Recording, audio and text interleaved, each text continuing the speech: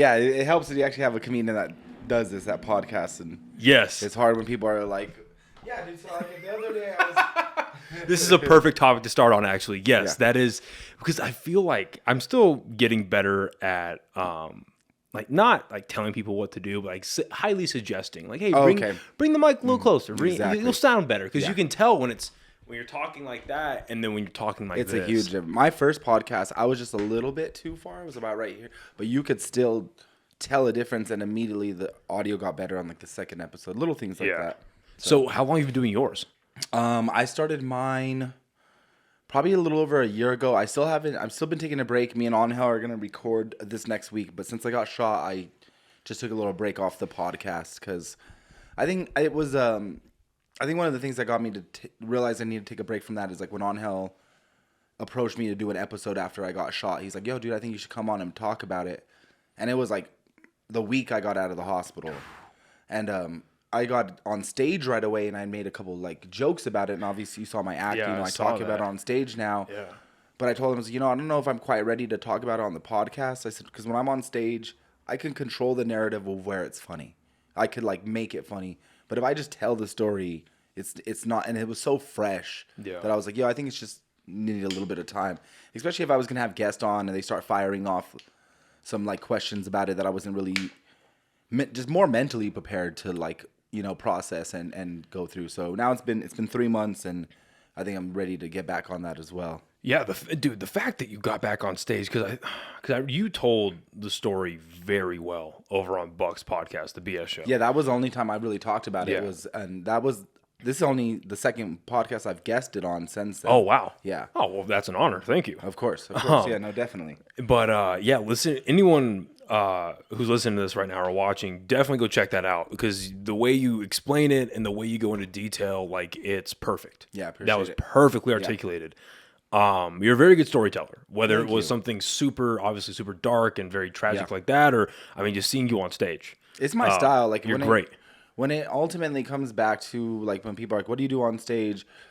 I could say that I'm observational or I somewhat physical, but ultimately I'm a storyteller, and a lot of it is just talking about where I come from, and like not just like straight making up stories. It's like just stories of me growing up in New Mexico, stuff about our culture, stuff about our family, stuff like that. I just want people to, when I get off stage, I want you to have an idea who I am. I don't want to be this comedian that gets up, does a couple topical jokes about the current events, a couple COVID jokes, a couple political jokes. They get off, and you have no idea who you just saw. Like, I want you to be like, oh, think that's the guy. Even before I got shot. Well, now everybody's, oh, that's that dude that got shot. Literally, I'll jump into a story about that later. But even before then, I wanted people to be like, oh, that's the dude from New Mexico, or that's the guy. Like, and I felt like that's what sticks with people more. So No, I agree. And dude, like I said, that's a hell of a move to 10 days later, get back on stage. it was 4, really. Holy fuck. Yeah. From getting out of the hospital. Yeah. So what was that decision-making process like? Or was there a process? Of getting on. So what it was is, so I got shot that went late Wednesday night on 4/20. So basically Thursday. So I was in the hospital Thursday to Monday. And Monday I got out of the hospital. My dad, walked me out. Josh Renier, good buddy, met us down there, picked me up. And I live right above Founders, which is where the Monday night open mic is. So it's not like I was like, had them drive me or, a big mission, because I was like no energy. But Right. My doctor also didn't want me to walk around the block. Like, there was some movement that needed to be done. So basically what happened is we were getting ready to do a little stroll around the block. And I told my pops, I was like, look, don't get mad at me. I was like, but I got to go downstairs and I just want to do a few minutes. And so I text the host. I was like, hey, I'm going to pop down, but don't like say anything, because I didn't want to like them to rustle feathers. And yeah, I popped in after being in the hospital. And also it was easier too to see all the comedians. It was easier to go to see them than have everybody come up and see me at my loft kind of thing. And so I just popped in, just said hi to everyone and I was only on stage for like 3 minutes, 2 minutes. So when people are like, Zach got on stage, it's not like I was like doing an hour. Well, still, the fact that you're exerting energy, you're doing things like that's crazy. Looking back at it, was a lot. It's a bit much, and that's just who I am, I think, and in my nature. But I think I needed a laugh. I needed to grab a microphone and get a laugh for my mental health, like for my that's like, I just needed to know that I still had that. Like, I felt like so much was taken from me. Oh, wow. And just even like, I didn't really know where life was going to go. So as long as I could grab like a mic and get a laugh, I knew something was going to be okay.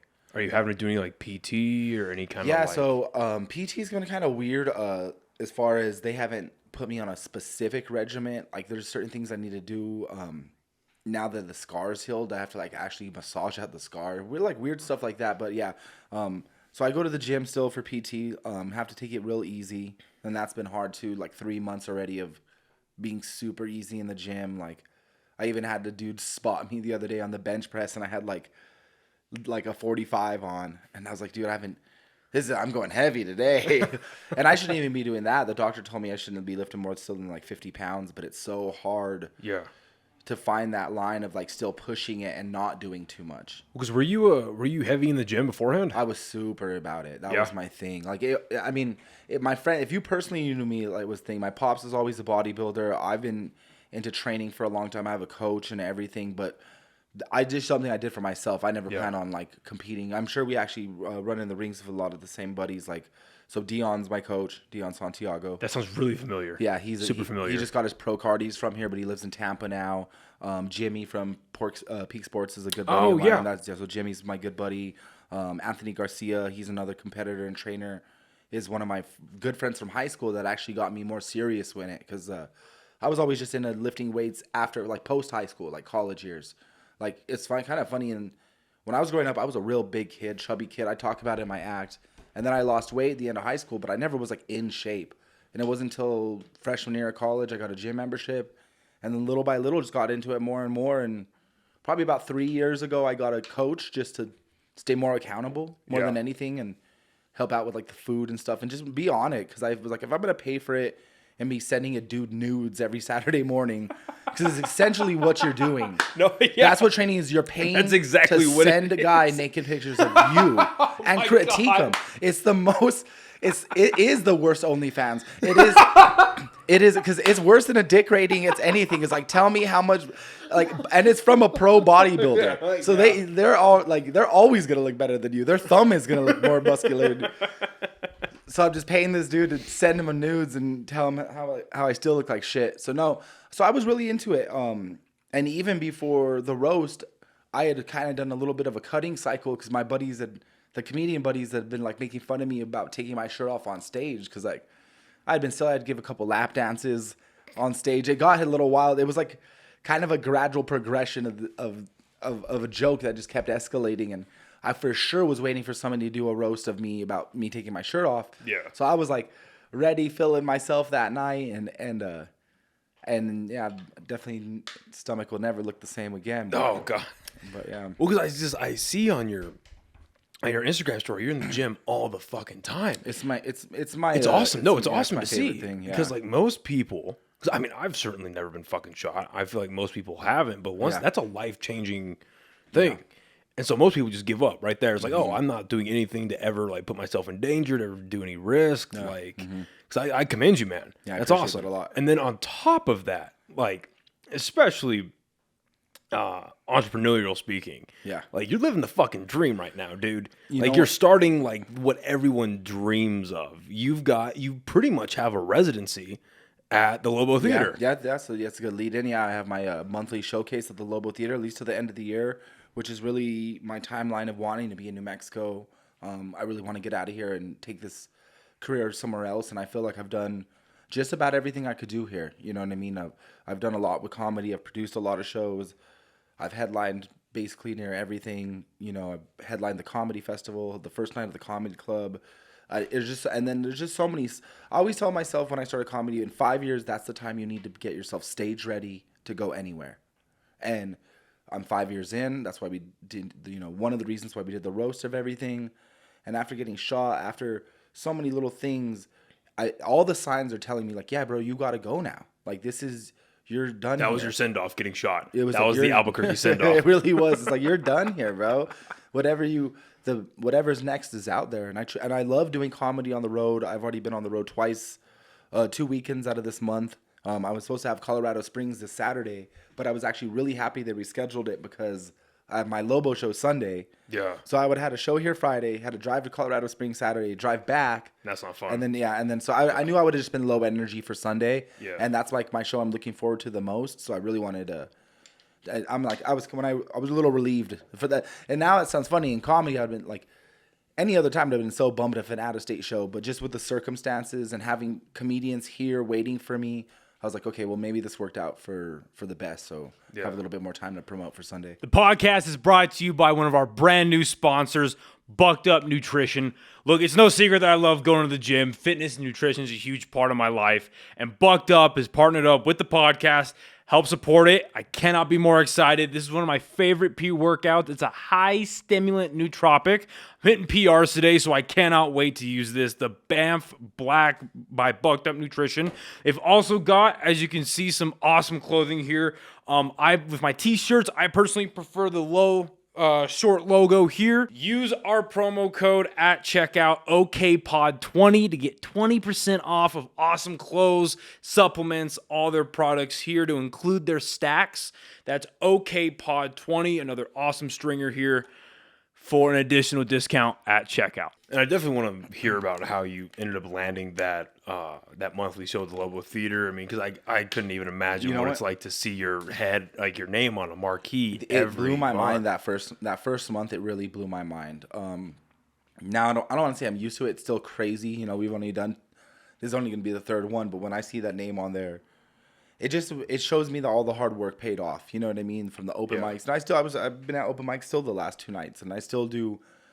Every time I could get up on stage, I still pretty much do. You know, if I wasn't here, I'd probably be at the Dry Heat open mic right now too. So, but that was really just okay. That the power of manifestation, I believe, is such a real thing, bro.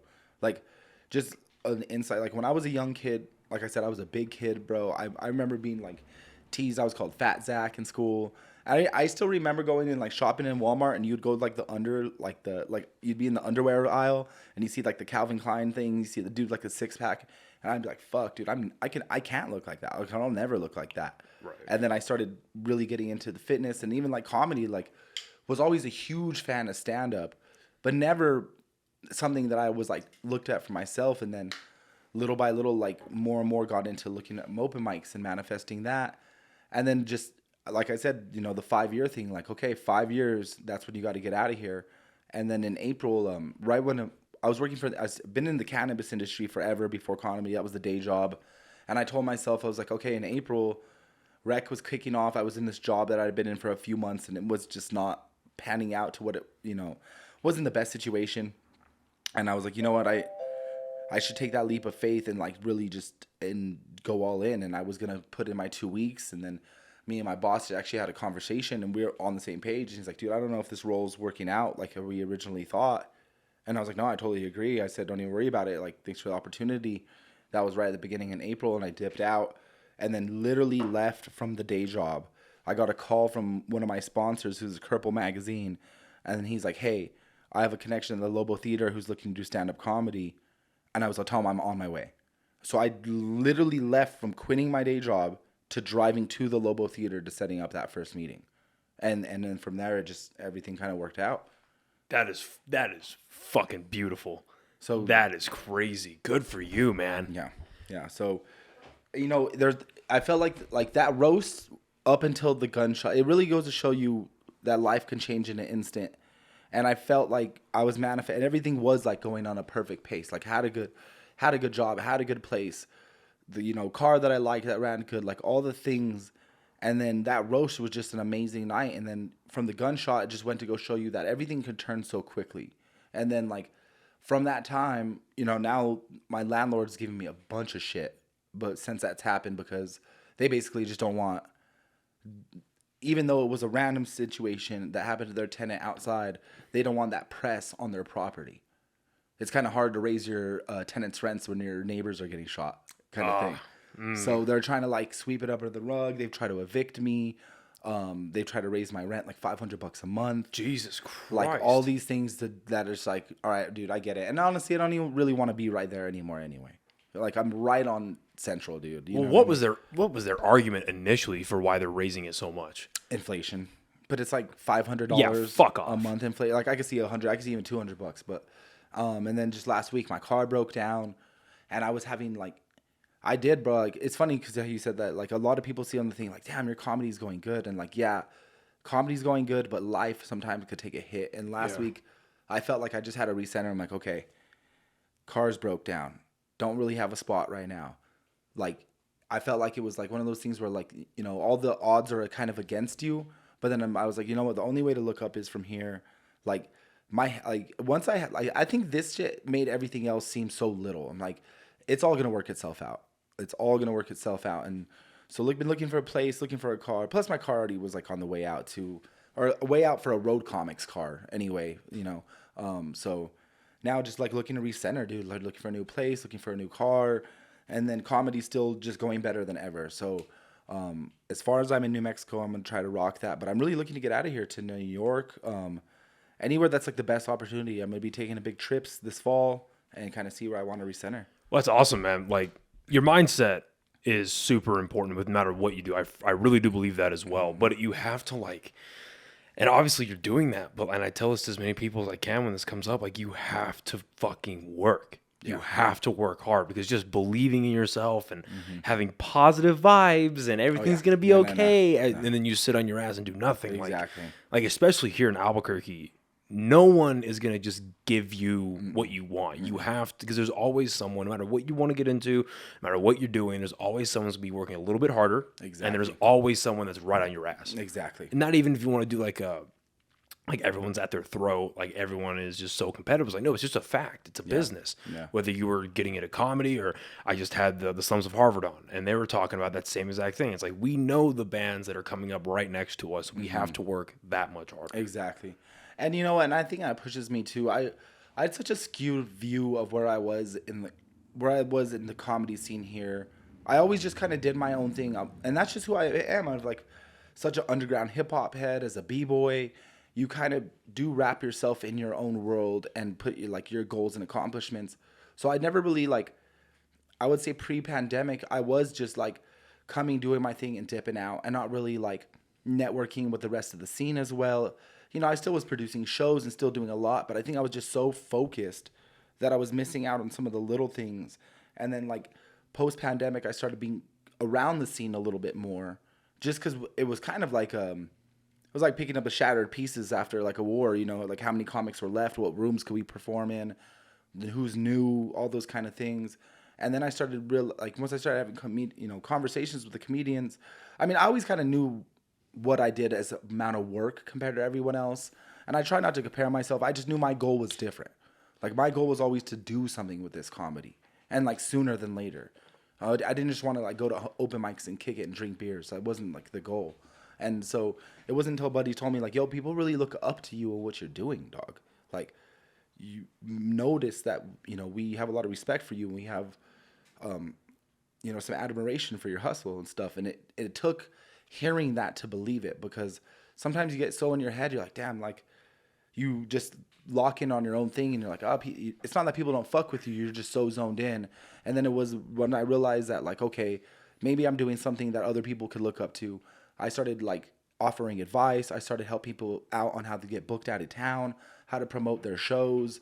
And it only, like a friend said, like, a rising tide only raises all boats.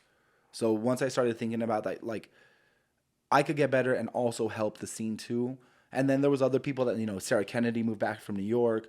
A few other people were kind of really helping elevate the scene. And I feel like we've seen a lot of growth since the pandemic. That's so important too. That, like, the idea that you're here, like, not only you're doing well for yourself, but you can also bring other people with you. Like, it's a feast. It's not a famine. Exactly. And if you act like it's a famine, you're going to starve yourself and everyone around you. You have the potential to anyway. Yeah. And that's really good. You're doing that, man. And I remember, just kind of on that subject of just the community and people around you, you had mentioned a part on Buck's podcast, and it kind of stuck with me a bit. And I was like, wow, that's actually like a really good point. You know, you've been doing very well in comedy up until the time the incident happened. Obviously, I mean, you had a roast dedicated to you. You're doing very well. People know your name. They respect you. You're having people tell you that. But then once you went public with what happened, I mean, even I saw it on your social media, like, just the amount of engagement. Yeah. And, you know, I'm very new when it comes to like social media, learning how it works, how to utilize, so on and so forth. But I mean, even I know how important engagement can be. Yeah. And just seeing that explode, and you bring that up on the podcast, like, well, you know, there are a lot of people who just started reaching out and calling and DMing me, like people who never reached out in the beginning, never even wanted to talk to me. Now they're like, oh, if you need anything, I'm here. That's like that's a generic thing on social media when a tragedy strikes, someone passes away. But take that to a separate level when you're a comedian, you're in the community, like I said, you're networking, you're talking to all these people. Did that like change the way you view things, the way you view connections, where it's like, oh, what you think is because I'm the comedian that got shot. Yeah. You want me on your podcast to talk about getting shot. You want to like you want to attach yourself to me in a way. The podcast is brought to you today by OrganicPriceBooks.com. I love comic books. That is absolutely no secret to any of my friends, family, or listeners. And right here is just some of the comics that I have either bought or gotten sent to me by the fine folks over at Organic Price Books. As you can tell, they have a wide selection from DC, Independent, Marvel, and they have become the #1 spot for everything omnibus, oversized hardcover, or just general collected editions. No matter what you want, they've got it. Go to their website and at checkout, use our promo code, just my name, Noah, Noah, to get additional discounts on top of what they already offer, which ranges anywhere from 30 to 50% off. OrganicPriceBooks.com, use my promo code, Noah, Noah, and start reading comics today. And you know what? It was just like an extra kick. Like, look, I've been cooking long enough to where it's like, I had already pretty much been getting booked on a lot of stuff, but it definitely felt the bump after for sure. And it was more just like the curiosity of people that is like, oh, what happened? It's like, not even are you okay? It's just, what happened? You know, just like, what was going on? Like, you know, like it's like the Albuquerque curiosity. The situation's so fucked up. It's the Albuquerque curiosity, and just the way that like you know, just like the way, like, you know, the things that little jokes people would tell you when they don't realize you just went through something super traumatic. Like, I remember I walked into a coffee shop. If you want to aim that like a little bit towards your face. I remember I walked into a coffee shop like the next, you know, the week or so after I got out of the hospital, and one of the baristas saw me and didn't even realize he knew me. He's like, "Oh, Zach, good to see you, man." I was like, "Hey, thanks, bro." And then he 180'd it and said a shitty joke, and he's like, "Oh man, I guess your jokes were that bad that night, huh?" Oh, get fucked. And I'm like, you know, coming from someone that's never even stepped on stage, bro, and I almost lost my life. So thanks for the shit joke, like the shitty ass joke. And I've gotten, you know, a few things like that and stuff. So I think that's the biggest part is I really realized what's important, who's important. It's really not like who hasn't came around, who never really followed through with the messages. I was more surprised at the people who did and the people who continue. And of course, it was like the ones that I expected, like, you know, Josh and Steph, you know, have been there. You know, Buck has been there, and a lot of the closer comedians, like, you know, I've really gotten close to. You know, my buddy Tyler, like, came through like crazy, dude, and would help me walk my dogs like every day. My friend Carla, Jess Wood, the comedians came out. I mean, that first week, I would take a walk. I mean, they would literally have to come walk me. That's how I couldn't even bend over to pick up my dog's shit. It was like I couldn't even hold my big dog, like, and she's not even a big dog; it's Australian Shepherd. But I didn't even have the energy like to hold her. And I would have like 4 comedians walk me out and stuff. But people from high school, friends, you know, like I said, just random people on Instagram, like, anything you need, I'll be there. Or let me know when you're home so I could come see you. And 90% of those people, you know, never. And not that I expect them to and stuff like that. I think a lot of people say things in those moments to make themselves feel better. Exactly. No, exactly. It's not. It's obviously nothing. That situation is put on you as a responsibility. But I mean, like, fuck, if they're the ones initiating it, like, I mean, tragedy or not, if you say, "Hey, let's go do something," and you don't do it, it's like, okay, well, I guess I'll go fuck myself. That's fine. Yeah. But and then add you just want to make yourself feel better. You're like, oh, well, I reached out, I did the good thing. Like, that's no, it's fucked. So that's interesting, and that's awesome that, like, again, the community came to help you out, and great. And all these people that you named are these people that I see like tagging each other and sharing each other's stuff. And like the couple times that I've been to Red Door, like I ran to you that one night at Red Door. The one that the open night that Chuck runs. A couple Wednesdays ago. Yeah, and seeing all these people that they all run together, you guys all support each other. Like, that's, I mean, after sitting down for the first time with Buck, back in like March, April-ish. Yeah. And like seeing this is a community that I had no idea existed. And you know, it's funny, because that's how I met Buck, is like we were both in this area in our comedy where we were kind of islands. Like Buck had been doing his thing for a couple years, but he was really did his own thing the way he still does it. And I was just getting going. I was maybe 5 months in a comedy, not 5 years, which still ain't shit. And my mom actually forwarded me a Facebook post, and it was Buck's post, and it was like, is there any New Mexican comedians that want to open up for me at Nexus, whatever date? I immediately messaged him. I came on his radio show, did the radio show. We, had some crazy laughs, and and ever since then, like, we'd worked more and more together, and we would put each other on, and like, he told me, he's like, dude, you did comedy with me when no one would do comedy with me. I performed with Buck in that room, bro. There wasn't a microphone, there wasn't a stage. It was the wildest shit. It was like walking around a brewery, just like yelling your jokes out. You're like, no, Albuquerque's crazy. It's like, no, South Valley though. They're like, it's just like. It was wild. So we've been doing stuff together. Same thing with Josh.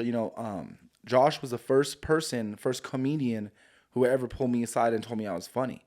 Like my third open mic, I remember at Bozy downtown, he pulled me aside and he's like, yo, dude, you're really funny, man. And like third time ever doing comedy from another dude that's starting. And I was like, yo, I appreciate that. And ever since then, we rock together. We've done so much. And then, Maverick, who's, the dude, my boy, he lives in OKC. So you never really see him. He's going to be at the Lobo show this weekend. So nice. If you're there Sunday. But Maverick's from here originally. He lives in OKC now. And same thing, he was the first dude that ever talked to me in comedy. And I was my second open mic ever. I was sitting all alone. I had my little notebook and my phone. And he, like Maverick, just super charismatic dude. That's just like how he always is. Walking through and he's like, hey, man, can I sit down with you? And I was like, yeah, for sure. And he's like, yo, dude, how long have you been doing comedy? I was like, this is my second time ever. And he's like, oh, that's crazy. He's like, you seem like super into it, like real serious about it, though. And I was like, yeah, I've always loved stand-up. Like, I really want to get into it.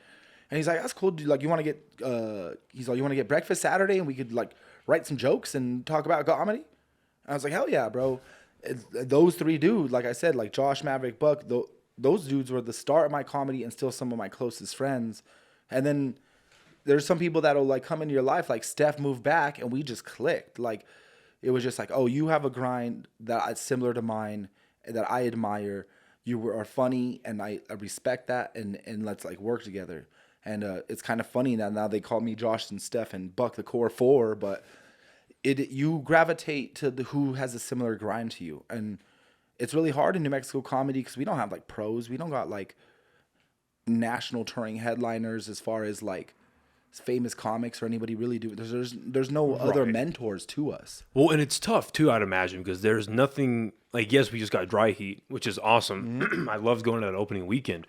But there's nothing here like the LA Improv. Certainly nowhere, nothing close like the Comedy Store or the Laugh Factory or anything like that. So there's no real like big hub that would drive a major comedian to like stop here while they're on their Southwest tour, whether they're going from like the middle of the country going back up to LA. Exactly. So what you're saying is we don't have the clubs that provide us locals opportunities to open for these people. Exactly. So like my buddies in Phoenix, they work the clubs, and my buddies in Denver, they're offered opening spots for headliners all the time. Oh, I'm sure. And like my buddy now opens for Brian Callen and AZ. Like he's his opener.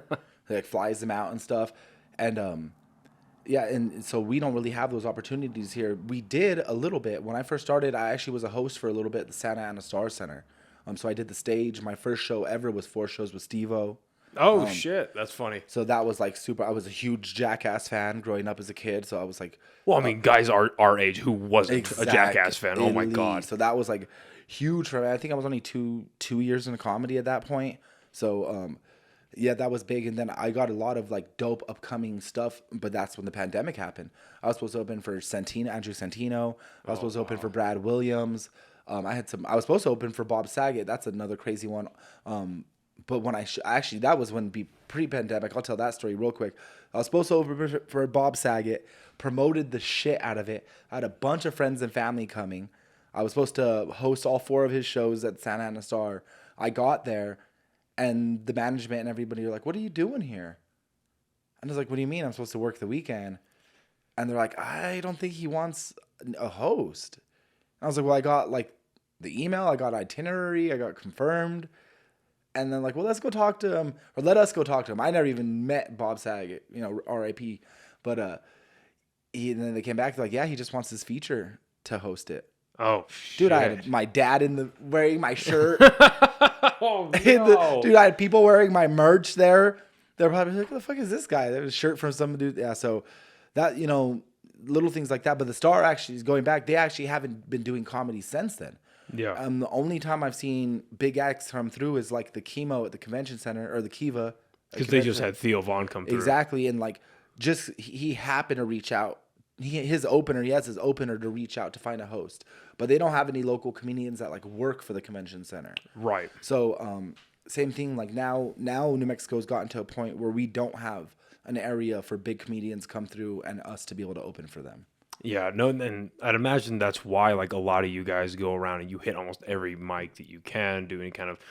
And I thought about that because I see I see all you guys sharing everyone's stuff, promoting, helping each other out, you know, pushing it around, which is fucking awesome. Do you ever find that like you're just coming up with so much material, you're having to really like maybe not over diversify, but like if you have so many tools in your toolbox, right? You have to really stuff it, because if you're doing all these mics in 1 week or in 1 month even, you don't want like the same jokes going to the same people and like going around like that. Does that ever be a challenge to you? You know what? I used to worry about performing the same jokes a lot more previously. Now I don't stress it as much. I will look around the room. If also it's like a showcasing room, if it's an open mic, sometimes I'll run it back because you'll be different people. Unless it's like the bartender or something, you rarely have like the same group at a Monday night or something. And honestly, we rarely have audiences at open mics. There's a few people. Yeah, it's like, hey man, at least you're honest. Yeah, it's because like these people don't go, bro. When have ever in your life you've been like, bro, let's go see open mic comedy tonight? I'll be honest. That's why we went to Red Door that night. Yeah, but it's different. I'll be real. But it's also a little different because you already kind of know some of us. Yeah. So like, because I didn't know, because I'm just like you, big fan of stand up. Yeah. I grew up on the shit, but like I just never knew it was around. Exactly. So like, yeah, I'm a little biased, but the average person, but especially open mic comedy. Yeah. Like, let's go see this comedy open mic, bro. Like, yeah. 99% of the time, it's people that were at the brewery or wherever the open mic is, and they're just like, we call them ambush shows. Like, they don't know there's going to be comedy, but they happen to be there. But I like that because I think it builds thick skin. Because if you could get those people to laugh and get really into it, that's already another challenge than somebody that's like paying to see you and laugh. Like, they're already there for that. Yeah. So I feel like it's helped grow some more tools for that toolbox, as you said. So now I try not to worry about it too much. Like right now I have like a new 15 minutes that I've got like from the last 3 months, right? I have, you know, the material, some material about getting shot, some new stuff about my pops, and some other little things in between that. But now, even after doing that material here for 3 months, I like to take it and do it on the road.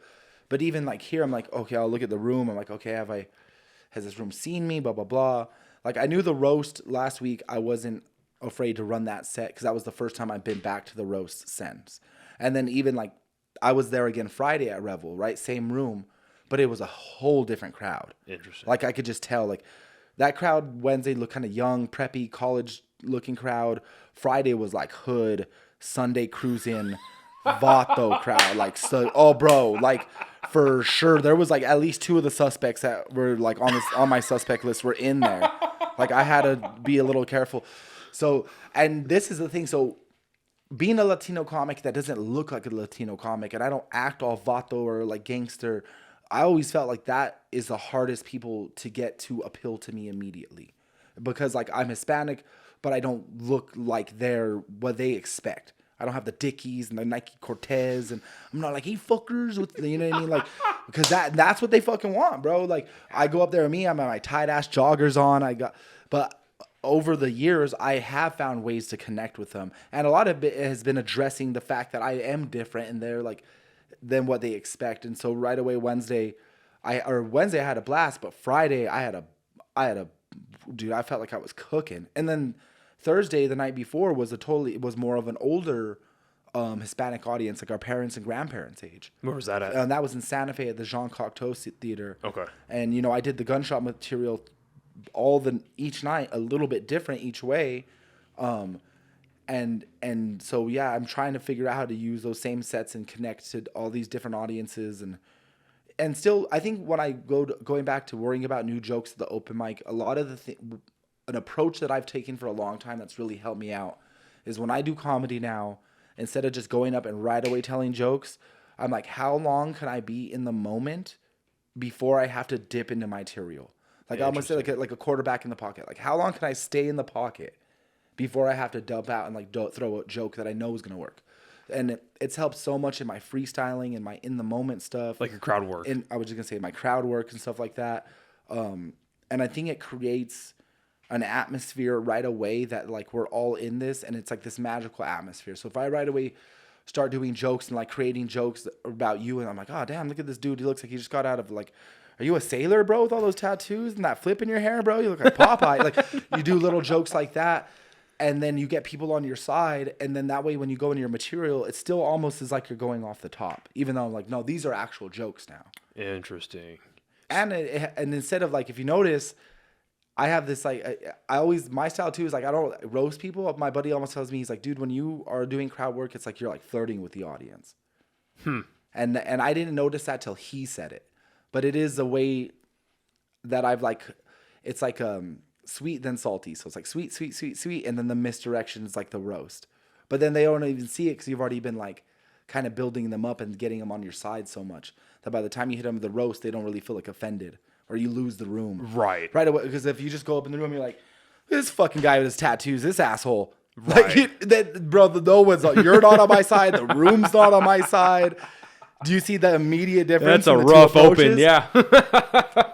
So how long did it take you for like get that type of stage presence, man? Because like, first of all, anyone, I don't talk shit, even if like, because don't get me wrong, I love going to Red Door and like seeing open. It's fun. Yeah, it's a cool atmosphere, cool place. And there were a couple bombs. I mean, it's like you said, it's an open mic. Shit happens, right? But I'm not gonna ever say, oh, those guys are fucking idiots. Those guys are pussies, because they're stepping up there with a mic, but like. A big part of that, and I've noticed that really going to those open mics, especially towards like the last like half hour of the evening, when you've gone from maybe 25 to 30 people to 10 to 15, it's real dead. Mm-hmm. What like, how long did it take you to get that stage presence, that confidence, like right off the bat? Because when someone goes up there and they're really nervous, they're timid, it's like the audience is already, they're waiting for you to bomb. Bro, it's blood in the water. The audience can smell your nervousness. It's like fear. It's weird. Like if you're up there, and even if you're like kind of shaky and like not sure of yourself, the audience just knows, bro. They know when you're their guide. It's like going on a tour, like on a dangerous hiking tour with a guide. And they don't have that confidence goes away, you don't feel confident anymore, right? Because your safety's in the hands of that person. So I always say like we're like their tour guide when we take them on this ride. So you got to get them to trust you that they're gonna have a good time. And those end spots are hard, man. I'll still go up. If I go into a room, like what I'll immediately do is do like I always say like my little Terminator scan. You'll see me like and I'm just looking for anything that I could immediately. Like elephants in the room, something that I could immediately like pull a joke out of. You know what I mean? Like I look for a couple, just like I'll look for like couples and I'll start making a joke on what they look like. If it's a real guy's guy, I'll do maybe some jokes about them. Especially, I already know that I'm not a guy's guy. Like I always say that I'm boyfriend's least favorite comedian. And so, because girls will be like, he's funny, huh? And then the guys will be like, nah, fuck that dude. Fuck that dude. Why do you say that? It's just I think it's something about me that dudes because I look like your girlfriend might like me more than the jokes. That's just what it is. That's it. The girlfriend might like more than the jokes. I may or may not be more talented than you, and I may or may not be more attractive. Yeah, it is what it is, bro. It's like I got here at 6 p.m., but my jawline showed up at 5, bro. It was like... That's funny. No, so Josh actually said it to me one time. Josh Fournier, my buddy, said it to me like this one time, and he's like, yo, because Josh is a lot more dirty on the nose, where I'm a lot more like flirty and kind of like punny. I don't want to say punny with it, because I don't really like the way that sounds, but where like my dirty stuff is, I don't know, I kind of like, you see the way I shape it, it's not more right. I'm not like, oh, I'm fucking you. Like I kind of word it and have to be around it, be a little bit more clever. There's a lot more wordplay. I just have to be a little bit more clever the way I deliver dirty comedy, and like I said, I kind of more flirty with the audience than being like kind of more direct with it. Where Josh said it perfect to me one night. Josh was like, "Yo, dude," he's like, "I could be doing a joke and talking to a couple, and I could be doing crowd work and doing a joke about like fucking a guy's girlfriend, and that dude will still be laughing." He's like, "You go up and do that same joke, it's not funny anymore." And I was like, "No, I get you." Because you're turning it into a possibility. I was like, "No, I get you, dog. I get you, bro." So, so I just am a lot more silly with the way like I do my approach on dirty. And when you see my act, I really don't have too much dirty, like on the nose, raunchy. It's never really been my style. It's just never really been my style. Not that I don't have like sex jokes or tap into relationship stuff, because I do have a lot of stuff about dating. Like a big chunk I do after the gunshot stuff is a chunk about dating and different dating experiences, but nothing really goes into like the dirty or like something ultra raunchy with it. And I think that's just who I am. Yeah. Same thing like political. Like I'm not that political on stage. It's not who I am off stage. So why would I be that guy on stage? I'm right. So well, because I mean, just God, even if I wasn't like, even if you're not like a fan of comedy, just looking at everything that's going on right now, Joe Biden is a comedic punching bag right now. Yeah. Like that everything about our government has been for the last 20 years. Yeah, and everybody had Trump jokes before this exactly. too. Like, so kind of on that subject, now that it's July of 2022. So let's say we're a year out from like the real heavy lockdowns we were experiencing. So like, do you feel like the COVID jokes are kind of getting overplayed? They're kind of like, we get it, we got locked down, the COVID's bad, masks, like, do you feel like that's getting a little overplayed? Yes, I feel like it all gets overplayed. I feel like we hear so much of it throughout our daily life that sometimes when we go to comedy, when you go to a brewery with your buddies, you don't want to hear about that. You go to get away from that stuff. Yeah. And you could see it. You could see the energy and the demeanor of a crowd change immediately when someone brings up, and when they bring up ideals, like you could be, of course, we're a pretty liberal state, so you say something like "fuck Trump," you're just gonna get an immediate applause break. It's like low hanging fruit. Yeah. But if you really like start to go into political material, you could feel the energy of the room just be like, "Oh, dude!" Like, we were having fun up until now. So, and like I said, that's just never really been my standpoint. Like. And who I am in real life to talk about that stuff on stage. So I don't really care for. I think there's some comedians that do it great. I'm not one of them, and I'm not trying to be like this Daily Show comedian. Like I feel like a lot of people. I feel like Daily Show got so much like blew up. Like I really do believe that. Well, Jon Stewart was in the pocket. He changed the way people did comedy, and I heard this talked about on a podcast the other day, and it made sense because he was so funny, but so smart and so well thought out that he made everybody else want to be like that. Yes. And then it became like this TED Talk comedy. And then you saw like, and I think Hannah Gadsby also really changed the way a lot of these alt comics thought what they should be doing. Like anytime you're like, if you have a platform, you should stand up for like all this stuff. Like as soon as you get to telling other comedians what they should be talking about, you're already doing wrong. Yes. You're already doing wrong. And so when it comes to that, I'll let other people do that stuff. My goal when people come out to see my show, my goal is I want to have a good time. I want them to have a good time. I want everybody leaving to have a good time. And even like I said when I will even do crowd work, I won't like roast an audience member to the point where they feel like shit just to make everybody else feel like better. Yeah. Like that's just not. I don't really have that abrasive of a style. Well, and I've seen clips of that. Here and there, like on Reddit and on YouTube, but that's just like borderline bullying, man. Yeah. But you bring up the Daily Show, and Jon Stewart is one of the greats. In my opinion. For sure. And you're right. He kind of he was the real pioneer, one of them anyway.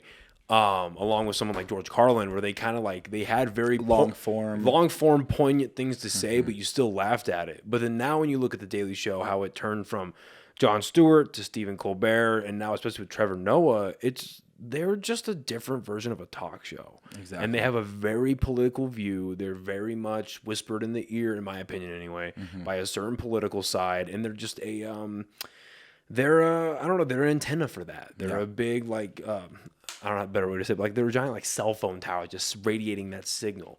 And then I remember last year, I think it was this time last year, Jon Stewart actually went on Stephen Colbert's show. And it was neat. It's like, oh, the previous host of The Daily Show.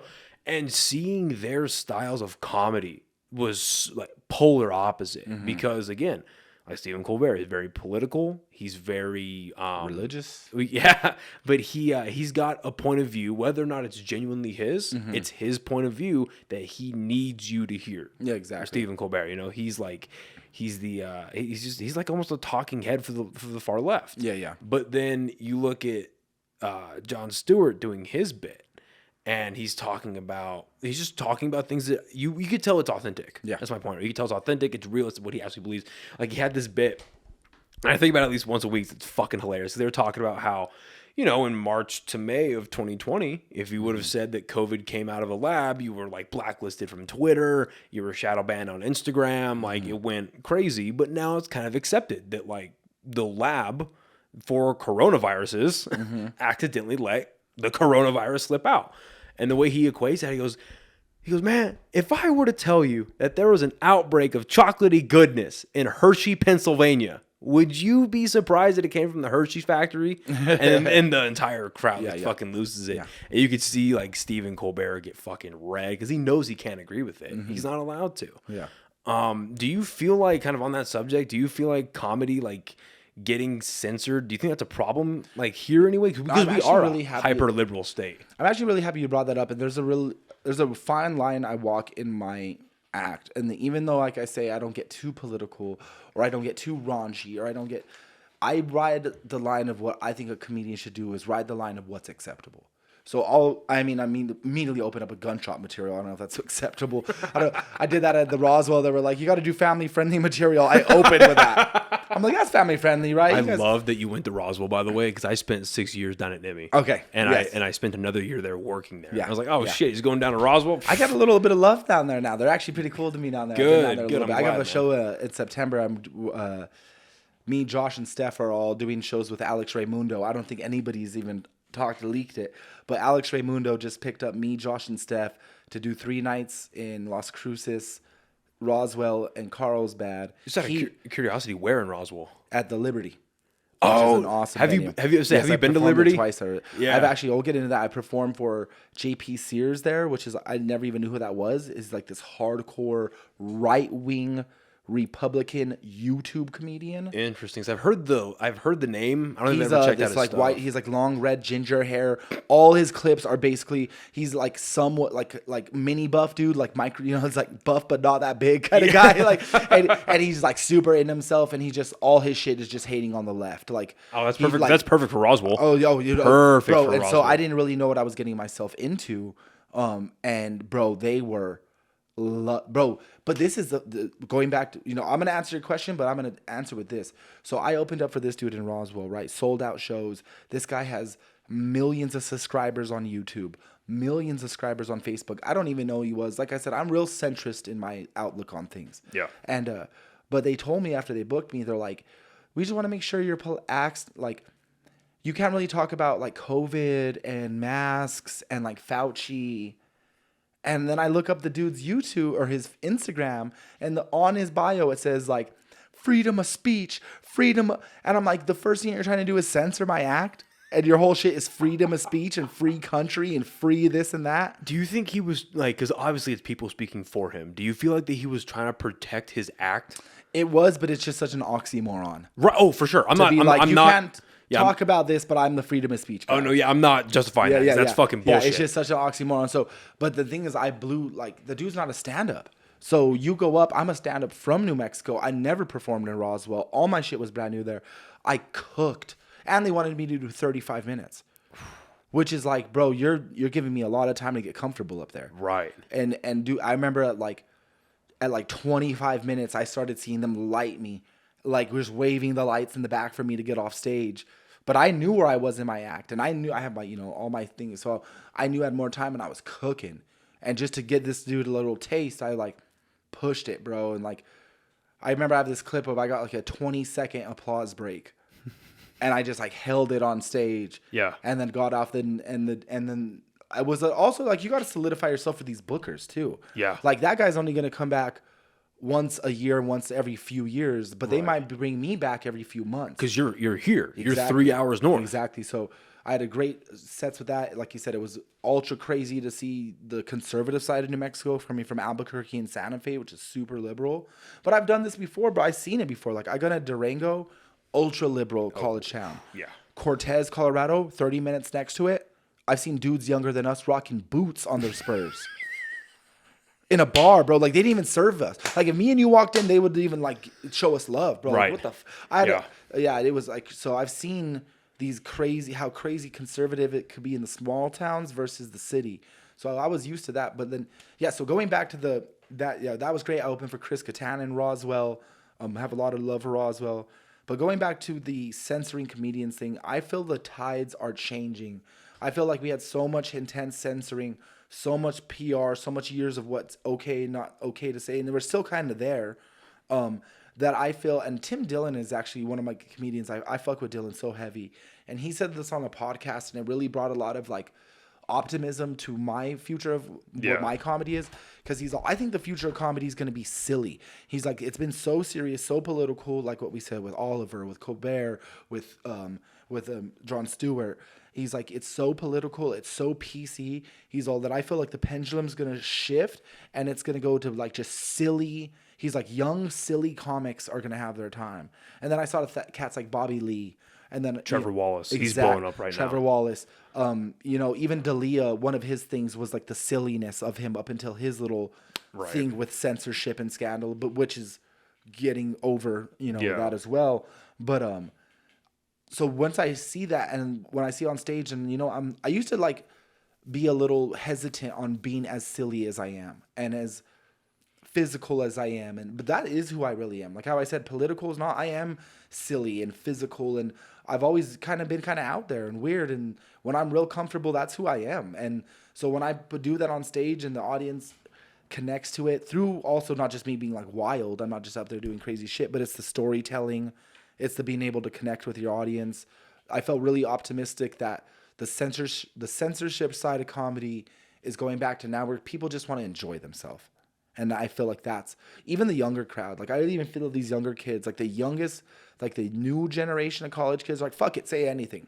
Like, fuck it, say anything. For sure. Where like the college kids before, you get in trouble for saying anything wrong. Well, because that was at the height of like, Ben Shapiro was going around and getting shut out. Milo, I forgot his name. I forget his last name. Milo Yiannopoulos or whatever. He was going around getting shut down. Eric Weinstein had the huge blow up at his New York college. Who else was there too? Just people like that. There a lot were of political. just these very political people, whether they're right or left, and they have these huge shutdowns. But a lot of people were listening to them though. So exactly, and that was the kind of like the stamp of like, okay, podcasting's here to stay. Like, you're not going to censor it. You're not going to really, like, it's like the best way I've heard it put was by Lex Friedman. He said it's pirate radio. And that's what it is. It's something that almost anyone can do. If you have a cell phone, you can do it. Yep. And a cell phone and internet connection, you can get into it, you can do it. And then, I mean, if you just do it long enough, and you're good at it, people will listen eventually. Exactly. In theory.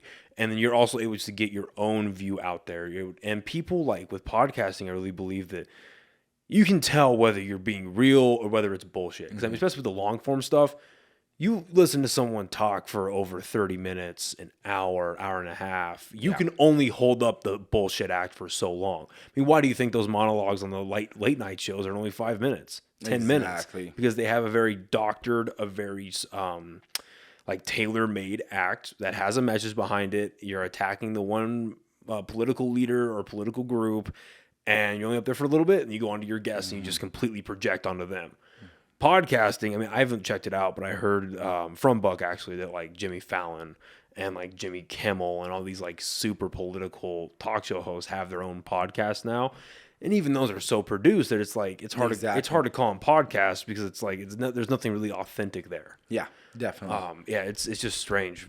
But I agree. I think, like, the future of comedy is going to be the more outlandish, silly, outside the box, comedy. I mean, and then you look back as you were talking, I was kind of thinking back to, well, who are just in general, the greats of the stand-up comedy, right? Like prior to 2000s and the 90s, it was Kinnison, Jim Carrey, Robin Williams, Richard Pryor, all these people that for their time, they were so outlandish and they were so crazy and yelling. I mean, Jim Carrey was literally throwing himself across the stage, flipping and flopping. And he definitely wasn't people's like cup of tea, but it's when people will ever ask me what's your number one comedy inspiration, I have to say Jim Carrey. No shit. And not only stand-up wise, but just as a comedic wise, because when I was a kid, something about me just gravitated to his crazy physicality and quirkiness and crazy faces and characters. It's hard not to. It was just so appealing to me.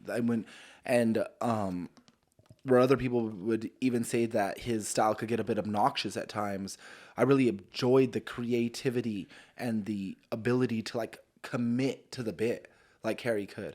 And of course he found his niche more being a comedic actor. But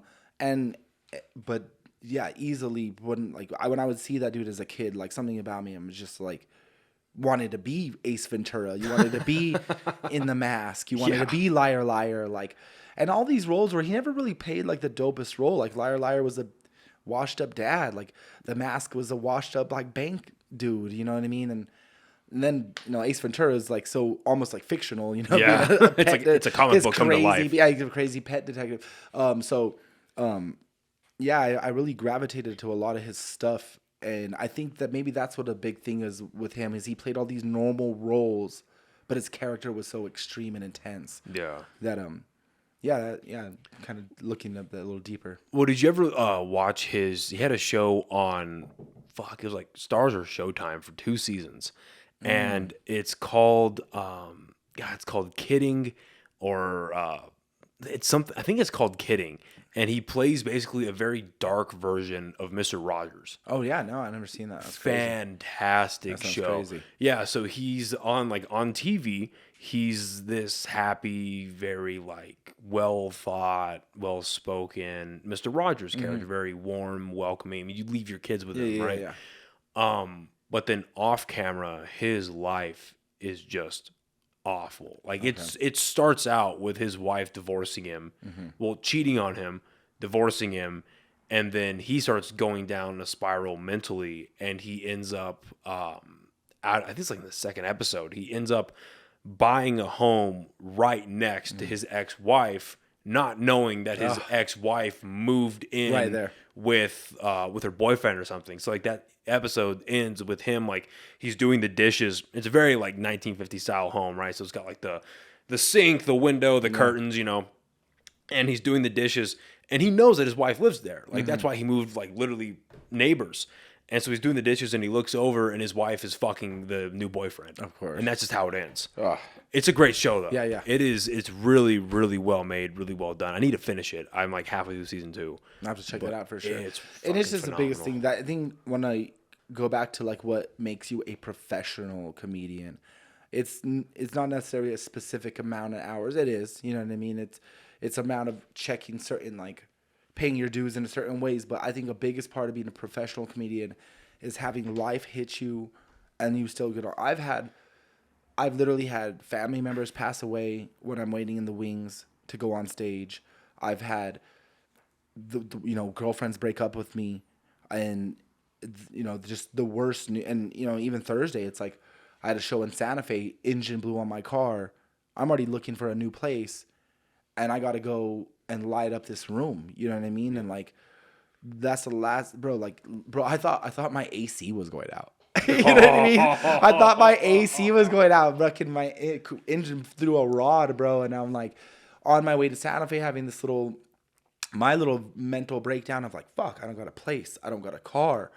I literally was like, in my head, I'm like, all that's going good is comedy at this point. And my health, you know what I mean? Thank God that everything's there. And I'm like, man, like, it only is going up from here. Like, grind too. I'm not like, oh, it's just gonna work out. Like, it's like, okay, find a spot. You got to get another job again. You got to hustle again. You got to push your merch twice as hard. You got to do whatever you got to do to get into position where you're comfortable for comedy again. And up there, I was driving. Oh, dude, I was so bummed out. Like, I was stewed, bro. And to get to that theater and you have to be like, yo, guy, boom. And then to light up, that's what makes you a professional. There's so many people that could have been like, dude, car. I still made it. I borrowed my mom's car, drove to Santa Fe.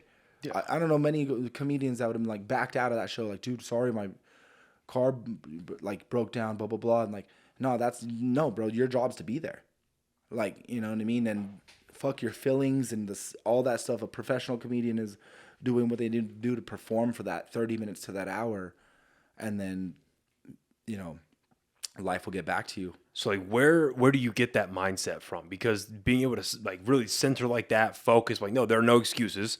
I said I'm going to be here. I'm going to be here. And then I'm going to show up and kill. I'm going to show up and be funny right after a horrible thing just happened. Like, do you feel like your weight training? Do you feel like there's anything like outside of your comedy that really adds to that? There's a few things. Though the discipline from weight training, bro, is helped out in every area in life. And I'm sure that's something you could attest to. Yeah. The discipline you get, like I looked at your profile a little bit. I saw that you've done a competition. Congratulations on even stepping on stage. That's something.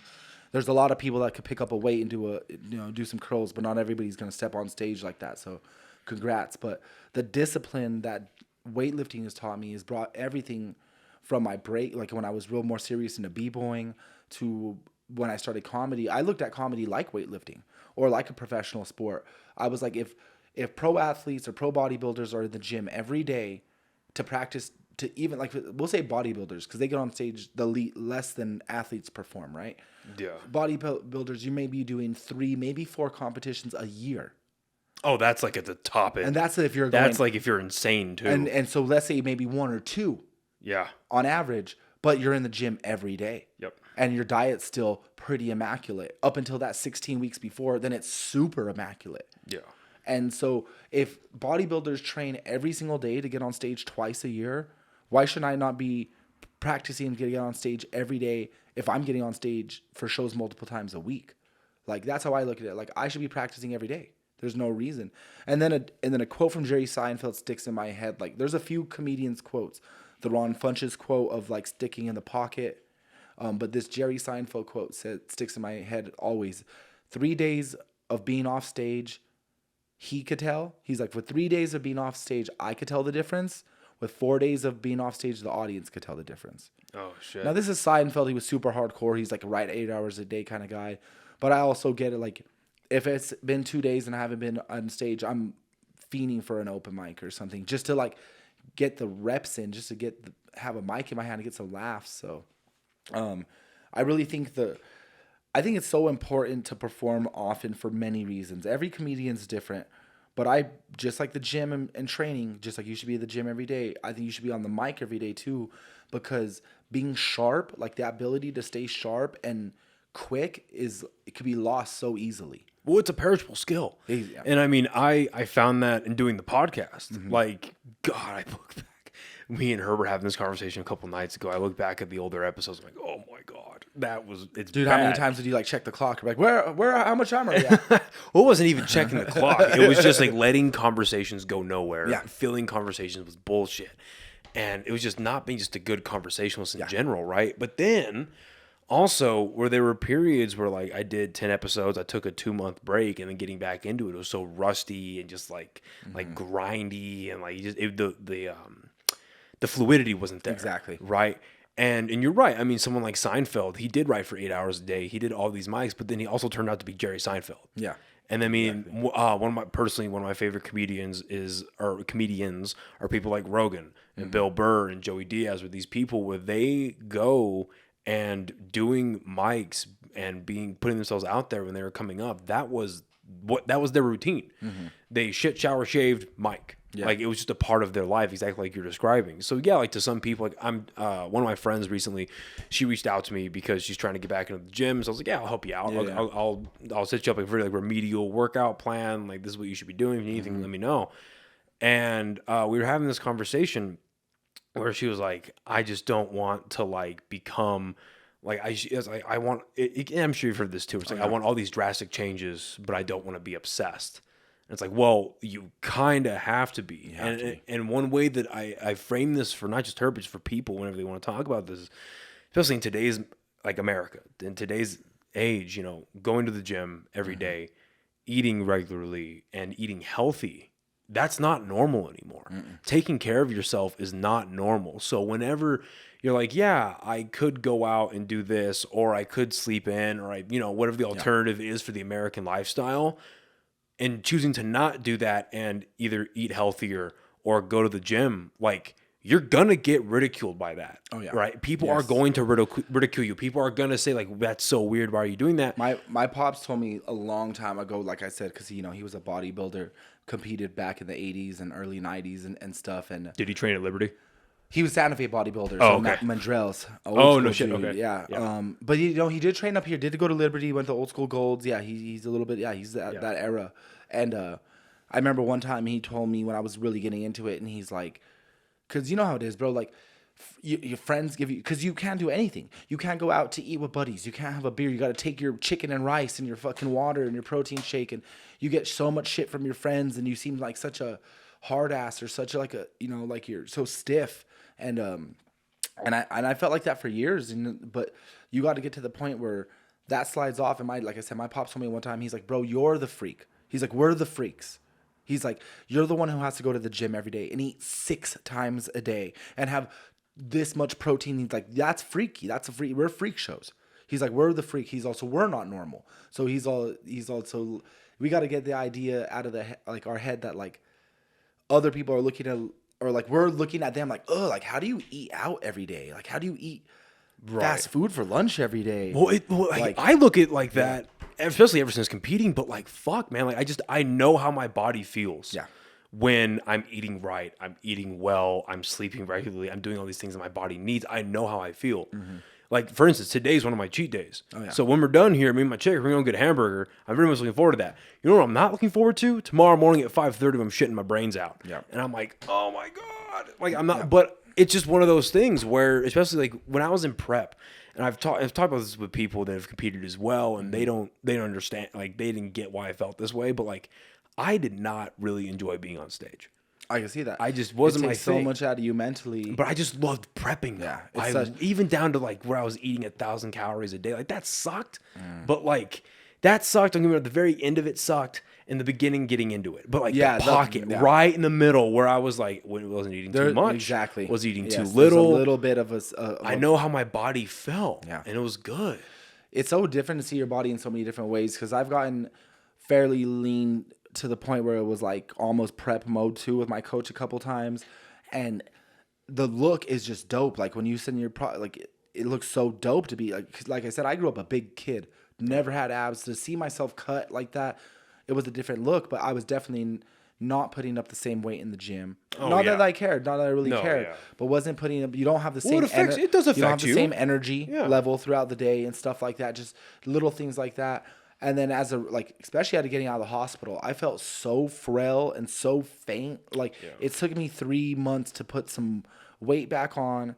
And now like, I think I got out of the hospital and I usually sit right in the mid 160s. That's where I like to be. I'm usually pretty lean.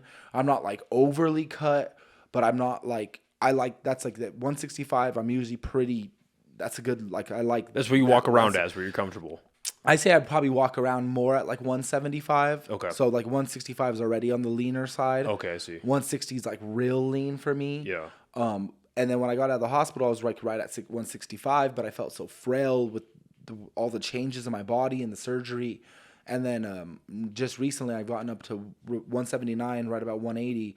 And I told my coach, I was like, all right, let's cut a little bit just to see where we're at. Because I just wanted to put some size, like a little bit, and not feel like a freaking frail dude walking around. Yeah, dude. I get you. Well, and then, and this actually just came to mind, and I feel like this is slightly accurate. So your body goes through a very traumatic event, and your recovery process, it had to have been enhanced or at least protected extremely well, like because of your your prior training and your prior conditioning of your body. And the best way ever for that put, funny enough, was with a comedian. Just because out of nowhere, not out of nowhere, he started hanging out with The Rock so much, but Kevin Hart out of nowhere got jacked. Just absolutely swole out of his mind like a year after hanging out with The Rock. Yep. And I remember he went on Rogan about 8 months to a year after his big car accident. Where he should have been paralyzed. Gosh, I wish I would have. And that was another podcast. I wish Rogan would have directed it a little more, because it was so much of Kevin Hart just spouting off all these like admirals. Joe, life is just, you got to make it what you got to make it, Joe. And it's like, yo, people are going to be there. But and like, it was like, no, I wanted to hear stories and real shit. But like, what's good though is one. He was very inspirational. Yeah, because one thing that he said is he was like, people would ask, why am I training? Why am I eating so well? Why am I going to the gym so much? You're rich. Do what you want. You're rich. You don't have to be in shape. You don't have to whatever. It's like, no, I'm training. Yes, it makes me feel good, but I'm training for life. You never know what's going to happen. And then he gets in a car accident where he should have been paralyzed, and he makes it out of the hospital, and he's fine. Yeah. And that's just crazy to me. It's huge. I had so many not only nurses and doctors tell me that, but also friends be like, that shit saved your life, bro. Like, if I was a bigger dude, that bullet would have stuck in me and bounced around. Oh, facts, actually. If I was a bigger dude, that bullet would have stuck in me, bounced around, done some more, hit some other shit. Who knows? If I was a more frail dude, maybe my body, like, bro, when I got shot, I didn't even fall down. I remember hearing about that in your story. Like, not a lot of people know that. Like, they think, like, I got shot in the alley, and I literally, like, looked down and, like, knew. I fucking could see the hole in me. Like, I knew, dude. Right. And I just looked at my friend. I was like, we got to go to the hospital right now. And, like, and so many people are like, that if you weren't in that shape, like, you could have not, in recovery, too. They're like, you ain't been out of the hospital in 4 days or on your feet or, like, there were so many things that got me going. I remember, like, the second day in the hospital, I hadn't used I went like a full day without taking a piss. Oh, fuck. In the hospital.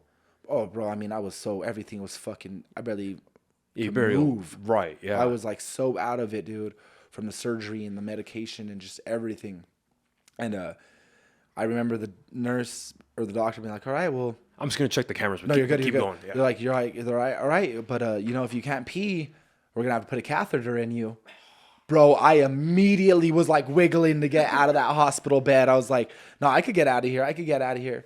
And same thing, it took me a while to take a shit in the hospital. That, it sounds weird, but like with the surgery and everything, especially cutting my stomach open, it slowed it down. But they told me, like, once you start having bowel movements, you could go home. Oh, dude, I was like trying to go to the restroom. Like, you know what I mean? Like, that's all I needed to hear. So, God, that's one of my cutoffs in life, man. If I get too old, I've told my friends this, I've told her this. If I get too old and I need to walk around with a catheter, kill me. I know. That's it. Nothing's going up my dick. Yeah. Kill me. I was just like such a fucking, everything was already horrible in that situation. I was like, nah, like, you can't, I was like, I ain't gonna be stuck up here fucking peeing in a tube and shitting in a bag. I'm just so blessed that I got shot, like, shit went all the way through me, and I've said this on stage and I say it here, but the fact that I'm not dead, first of all, I'm not in a wheelchair, I'm not shitting out of a bag, everything works. Yeah. Like, the worst shit is just residual, like, tightness and residual pain at this point, and still letting everything, like, I don't know if the camera can see it, but it's like, damn. Still a lot of inflammation, bro. Right. Like, it feels like fucking hard when you touch it still, and it's been 3 months, but this shit's just so, like, it feels so fresh. Like, it still feels like tingly when I touch it. Right. And so that's where I got shot. And then it came out on my back, on the lower end of my back. Let's see if I could probably get it on camera. Fuck. Oh, there's all the goodies out the bag. But that's been crazy. But the healing, being in shape going into it, and then working out religiously since then. Like, I don't miss a day. Yeah. Immediately my dad was pissed because I was like, they were like, don't lift more than 5s. I was like, that day I was curling 5-pound dumbbells, bro. I was doing sets like 50, but I was fucking in there. You know what I mean? And then I started going more and more, and my dad used to be pissed because I'd get like the 20s, and he's like, you're not. And I was like, but I could do it. I was like, I could do it. Yeah. I was like, and I would tell him, I was like, you got to remember 5 pounds for the average person isn't 5 pounds, like, for the shape I was at the time. Yeah. So. But I've taken it really easy. I'm still not doing squats, weighted squats. Right. I'm still not doing like conventional deadlifts just because with the abdominal Oh, scar, yeah. No. Fuck that. It'll still take a few more months for my abdominal muscles to fully fuse and heal back together. Right. And the biggest thing is just not causing any hernias in the meantime. Yeah. So if I go heavy, it's real susceptible. I mean, this is already the area you get them. The last thing I want to do is go back under the knife to fix a hernia from pushing it too hard. Well, and that's one of the things that people, because I'll get asked, like, because again, when I got shredded, people were like, how the fuck did you get abs? I'm like, yeah, I was in a deficit and I did a lot of cardio, but like one of the best ways to build your core is doing heavy deadlifts, heavy squats, heavy lunges, because all of those stabilizers exist in your core. So I was gonna say, like, So important. like feeling that whenever, like, in your recovery, how like you had to be super, super conscious of that. I'd imagine. Oh, so much. And I still very much am in the way, especially like say I'm doing like yesterday I was doing chest and I have the dumbbells and I'm getting like the way you get up, right? It's like, how do I, so I'll make sure to get all the way to the top of the dumbbells and I'll use like the momentum of them to kind of like bring me up. Wow. Instead of like sitting up, or I'll drop them Right. and like go to the side. My doctor just told me I could now go into real light abdominal exercises. Right. So I'm going to start incorporating some like leg lifts and stuff like that. He's like, now you could start. Fuck. Yeah. So it's just, like I said, finding that line in training is real. And like the tightnesses, bro. Like I've had a bad low back for a while. I've had a tear and a low disc in my back for like 7 years already that I've always like worked around. But like the tightness in my body of it, like recovering and protecting everything has been crazy. So now trying to get back into yoga, try to get back into some mobility training. Yeah. Because the strength stuff's going to be there. I feel it coming back. But without the mobility, that shit's garbage. Like they say, a tight muscle is a weak muscle. Yeah, no, because just you literally, like, your mobility's gone. You can't move. You can't. I can feel it like in my shoulder blade on this left side, especially in this neck area. Like all these areas that have gotten so tight over the last few months of sleeping weird and trying to protect this and stuff like that. So are you going in for like MRIs or X-rays? I had a follow-up not too long ago. If they just did a little, it's kind of weird, bro. Like the follow-ups have been so little. Like even when I went in for the staples and to get them removed, he's like, you're good. You don't have to come back to us at all. Make an appointment with a primary care physician for a follow-up. So I did that and I got to the doctor and they're like, why are you here?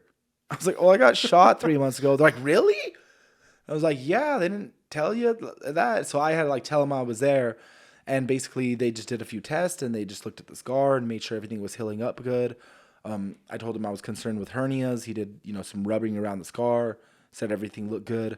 So didn't have to do any ultrasounds, no x-rays or nothing like that. But if something ever changes, yeah, that will be like the protocol. Jesus Christ. Because a part of me, I'm hearing you say that, like, oh, they're just modern medicine's that good. They know their shit. But then on the other hand, like, they didn't know you were there because you got shot. I'm like, oh, fuck. And it's funny because at the hospital they see this shit a lot, but they sent me to like a family practice, like a private practice. Okay. And I asked the dude, I was like, you see this a lot? And he's like, no, I only have ever seen one gunshot victim before. In Albuquerque. And I'm like, what the fuck am I here then? Like, are you number 2? Yeah, it's like I need the dude that works for the Fast and Furious family. Like I need the guy that sees this every weekend, bro. It's like getting a tattoo artist from somebody who's never gotten a tattoo. Yeah. But I did talk to my buddy actually from college, does physical therapy now, and that's who I'm going to sign up with because my insurance could cover it through him. And he's like, dude, I've actually seen a lot of gunshot victims. Yeah. Especially when he was doing PT for the hospital. He's like, your shit's healing up good. He's like, let's get. The one thing that he told me is kind of weird that we'll kind of end on this is the scar feels so weird, and when you rub it, like when you touch it, you could feel the density of the scar tissue. But what he told me is like the scar's like an ice, or he's like the scar's like like an iceberg. He's all, you only see like what you see on top. Right. He's all, but the scar tissue under is so much more. So he's like, you got to massage, because I was actually so afraid to touch it for a while. He's all, you got to massage the scar every day. He's all, to gain the mobility back in your core. Wow. He's all, those muscles are just going to stay tight, like everything. He's all, you got to massage that scar tissue. So is that like a by hand thing, or do you have one of those guns? Oh, the gun would probably work too, but it's more of a hand thing, because he's like, bro, he was pushing hard too. I was like a little nervous. And he's like, you see how I could go like easy if I push up, but if I try to push down, he's like, that's where you want to go. He's like, against the grain. Yeah, he's all wherever's fighting you is where you want to like ease up more on. So yeah, like, so you'll see people see me. I think people see me like rubbing my stomach in the scar. It looks like I have like bubble guts. Or in the gym, I'll be like rubbing my stomach, and it's like, oh, dude, this guy's got to take a shit or something. And I'm just like rubbing out the scar a little bit in between sets, and yeah, it's been a mess. Yeah, it's the weird. You know what, dude? I think this is what we'll close on this. What it does to the mental has been crazier than the physical. Yeah. The depression, the anxiety that because it's something I've already dealt with before. But the depression, anxiety that I've dealt, and some of the darker thoughts that I've had since then has been so heavy, and it's been so hard to even talk about, because people are like, oh, bro, you have a second chance at life. Like, why would you even be depressed? And like, you think just because I got shot and survived it, that depression just goes away forever, that anxiety just goes away forever, that like dark thoughts just go away, like that shit doesn't go away. You know what I mean? So dealing with that has been real heavy, and just like what it does to you. Like sometimes I'm real positive throughout the day, and it's kind of hard because you're never gonna see that side of me on Instagram story. If you think you know me from Instagram story, you don't. Right. Because, no, for sure. You know, I'm not that guy that's gonna get out there and cry and be like this. It's not that I'm not trying to be transparent. It's not that I'm trying to only show one way. It's like for my comedy, I want my comedy to be my comedy. You know, if it was a personal page, maybe it'd be different.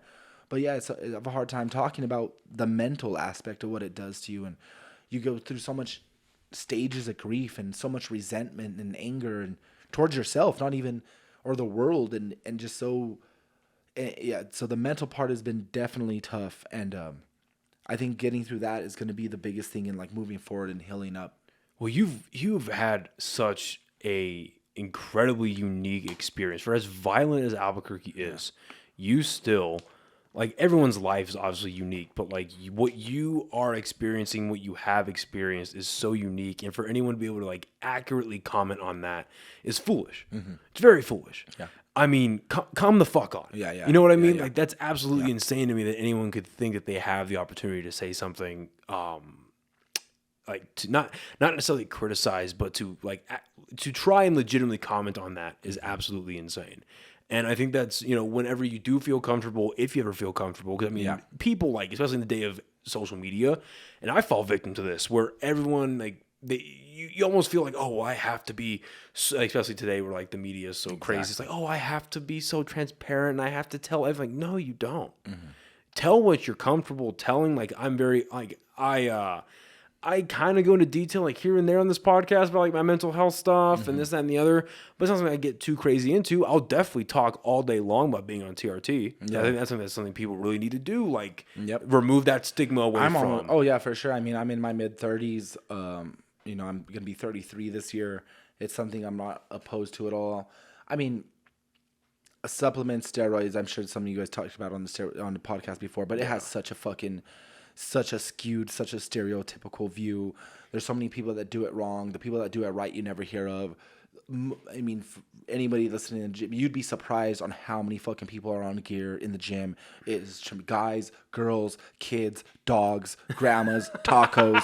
Everyone's on fucking gear. Everyone's juiced up to the fucking gills. Well, and that's what's scary. Like, especially because I've been seeing a lot of these things. Because I recently deleted TikTok again. But what I was seeing when I was on there was a bunch of kids, like kids, like 16, 17, 18, going all the way up to like 25, my age. But these guys are very young, and they're starting their cycles blasting Tren. Yeah. And it's like, what the fuck are you doing?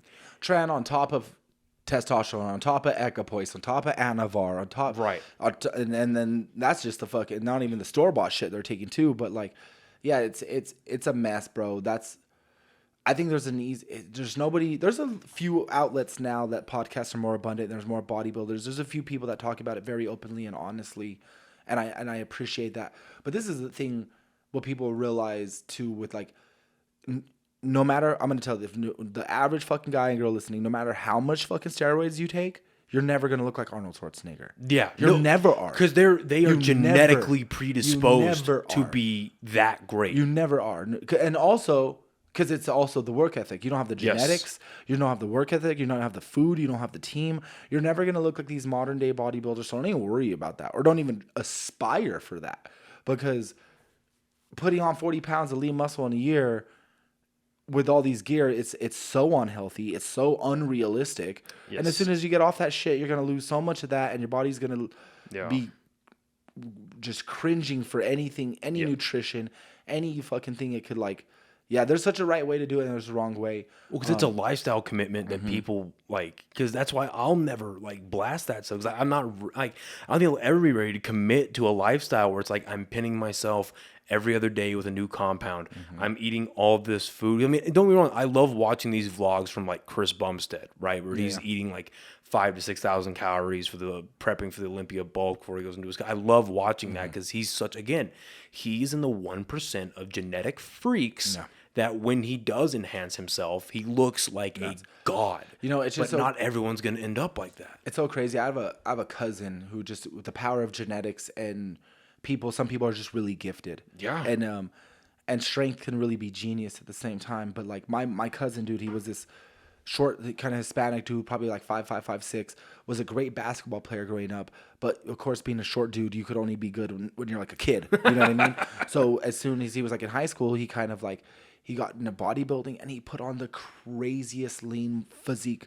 Like, I used to tell my cousin all the time, like, bro, compete. Like, you look better than dudes on prep. I've never, and the dude, I know the dude wasn't on gear. I just know the guy, he didn't have the connections, he didn't have the intelligence. Like, I just knew. You can't just go to Walmart and buy Deca. I just knew, exactly. I just knew that he wasn't, I knew he wasn't. Right. Bro, he did his first bodybuilding competition, did a physique competition, won it, no prep. He didn't even have a spray tan. What the fuck? He just got on stage and won. What the fuck? And it's sadly, then after that, he did get more serious with it. He got a coach, got more serious. I don't know if he ever got on gear of any kind, but I know he got more serious. And I know he came into some serious health complications. And he was in the hospital. And that kind of training is something that may never be a part of his life now. Right. Well, it does get very unhealthy. I mean, you see these guys that step on stage that look like anatomy classes, but I mean, I remember when Ronnie Coleman, he went on Rogan's podcast. He's like, "Yeah, I'm at 1% body fat." It's insane. Yeah. Like, to get to that level is unhealthy. Yeah.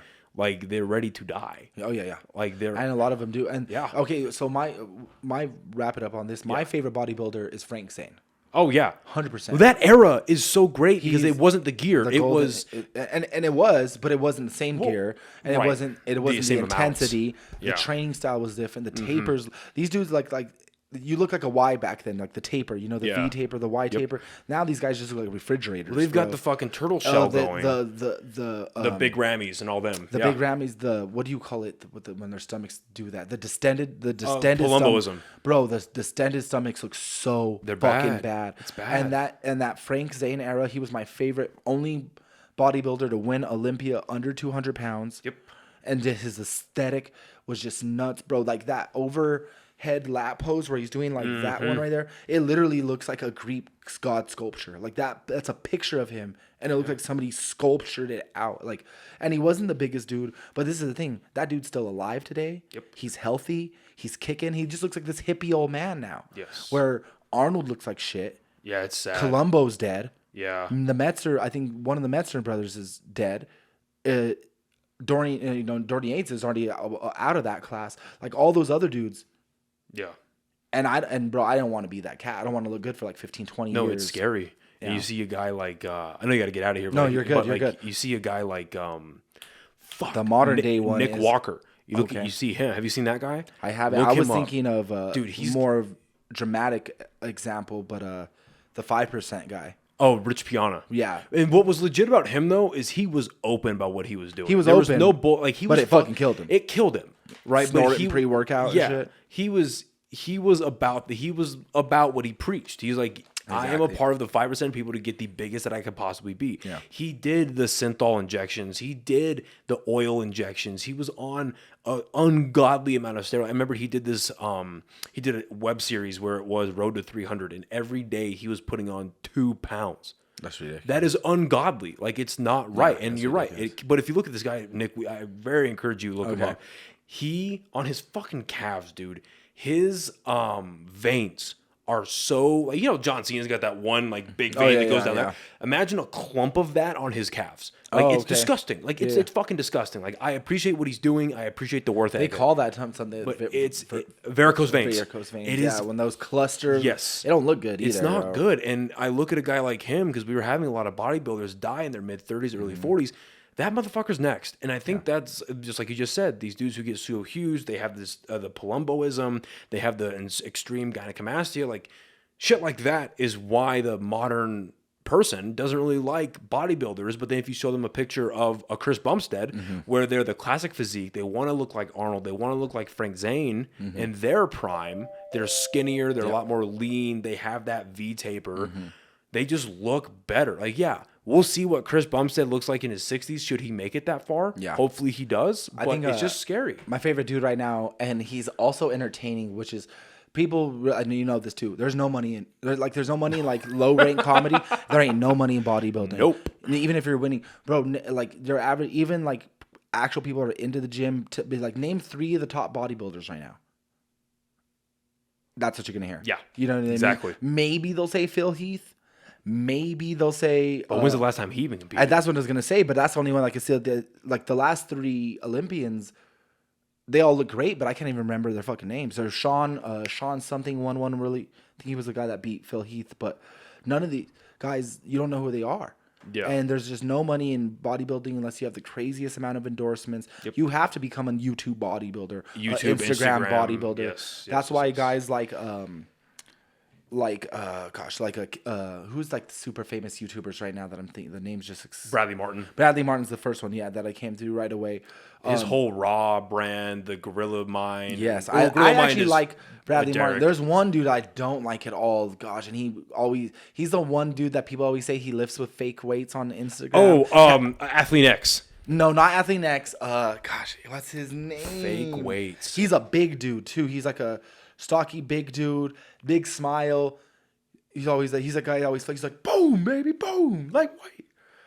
I'm trying to think of his name, but he actually has done a couple like videos, like with Brad Castleberry, where they're kind of like beefing. But they say that he lifts like fake weights and stuff. I want to like bring this dude up just to. Because I know the guy who runs Athlete X has been accused a lot with using fake weights, and because it's really because he doesn't even lift that heavy though. He's just like a lean dude. Well, and the other thing too is people accuse him of not being natural, which I can buy because he's so shredded all the time. Mm-hmm. Like he maintains a body weight that has to be below 6%. There's no way because he literally. It is Brad Castleberry. No, I'm dead. Okay. So yeah, it is. I was thinking of Bradley Martin, but it's Brad Castleberry. So yeah, that dude. I don't know what to believe with him because he is giant. He's like a jacked fucking dude. But there's a lot of things saying that he lifts like fake weights and stuff like that. Yeah. Oh, that's sad. Well, then there's a real sad story. Callum von Moger. Have you seen what's happening? Yeah. What's going on? Well, he had some surgeries. Because he was supposed to be like the next movie star bodybuilder. They created this is a rumor, but the rumor was they did the whole classic physique at like the Olympia level, the NPC level for him. They were expecting him. They brought that back. I was so happy when they brought that class back. Well, they were expecting him to compete, and he never did. Like, he did like once or twice. But the poor guy was going through some bad mental health issues, I guess, and he was in a hotel. It wasn't in the States. I don't know where he's at. Maybe it was Australia, where he was from. But he was in this hotel condo setup, got higher than fuck on meth, and jumped out the window. Yeah.